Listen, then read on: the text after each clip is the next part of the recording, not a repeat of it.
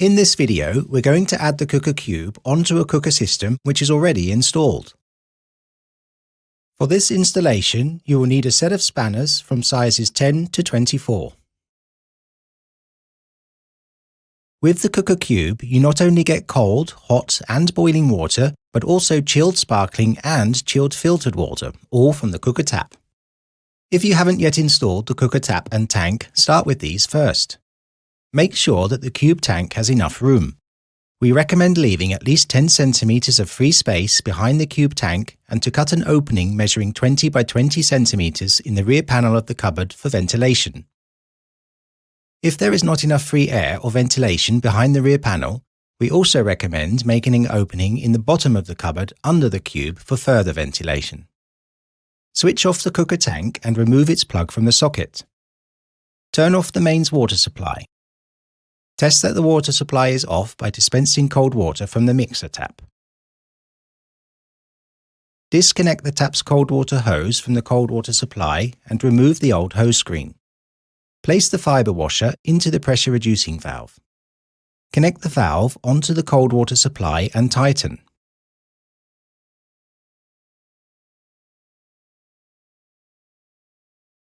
Place the first new hose screen into the pressure reducing valve, then connect the cube stop valve onto it and tighten. Place the second hose screen into the cube stop valve, then connect on the tap's cold water hose and tighten. Now remove the boiling water hose from the top of the tank using spanners 10 and 14. Place a new small fibre washer onto the tank connection, then connect the T-joint using the same spanners. Remove the old fibre washer from the boiling hose and replace it with a new one. Connect it to the T-joint and tighten. Turn the T-joint so that the push-fit end faces the cube. This is to avoid bending the white tubes in the next steps. Remove the two protective caps from the in and out connections by pushing the grey ring downwards and pulling them out. Insert the white hoses into the in and out connections firmly. Check that both hoses are installed correctly by carefully pulling on them to ensure they are secured firmly in place. Insert the white cube in hose into the cube stop valve. Screw the coupling firmly closed so that the red marking is no longer visible. Insert the white cube out hose into the T-joint on top of the tank. Check that the hose is installed correctly by carefully pulling on it to ensure it is secured firmly in place. Remove the protective cap from the CO2 connection on the rear of the cube and insert the transparent CO2 hose firmly. Insert the other end into the push-fit connection on the CO2 pressure reducing valve.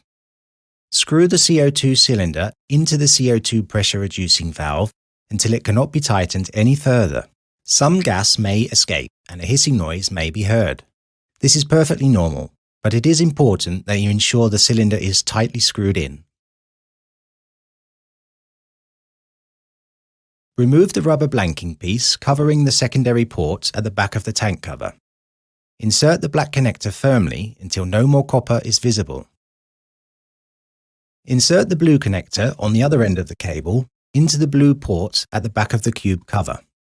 Connect both the cube and the cooker tank into the main socket. Switch the power on, but make sure that the cold switch on the rear of the cube is set to 0. Turn on the mains water supply. Open the cube stop valve by turning the blue handle in line with the white tube. Switch on the cooker tank by pressing the Q button on top of the tank. Ensure that the cold switch remains on 0 to be able to vent the system properly. Flush the cube's filtered water twice through for 1 minute each time. Do this by holding the textured ring down until the tap lights up blue, then turn it counterclockwise. Initially, black water will flow out. This is from the inbuilt carbon filter and is completely harmless. The LED ring will light a constant blue. Now set the cold switch at the back of the cube to 1 to start venting the system by dispensing sparkling water. Press the textured ring down and turn immediately counterclockwise. The LED ring starts flashing blue. Let the tap run like this for about 10 seconds.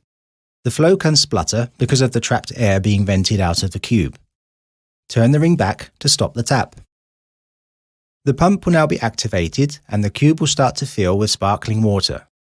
This may take up to 3 minutes and the pump may be noisy during this time. Dispense sparkling water for approximately 1 minute to flush the system through. Your cube is now ready for use. Chilled sparkling and chilled filtered water whenever you want it. The tap that does it all. Quooker.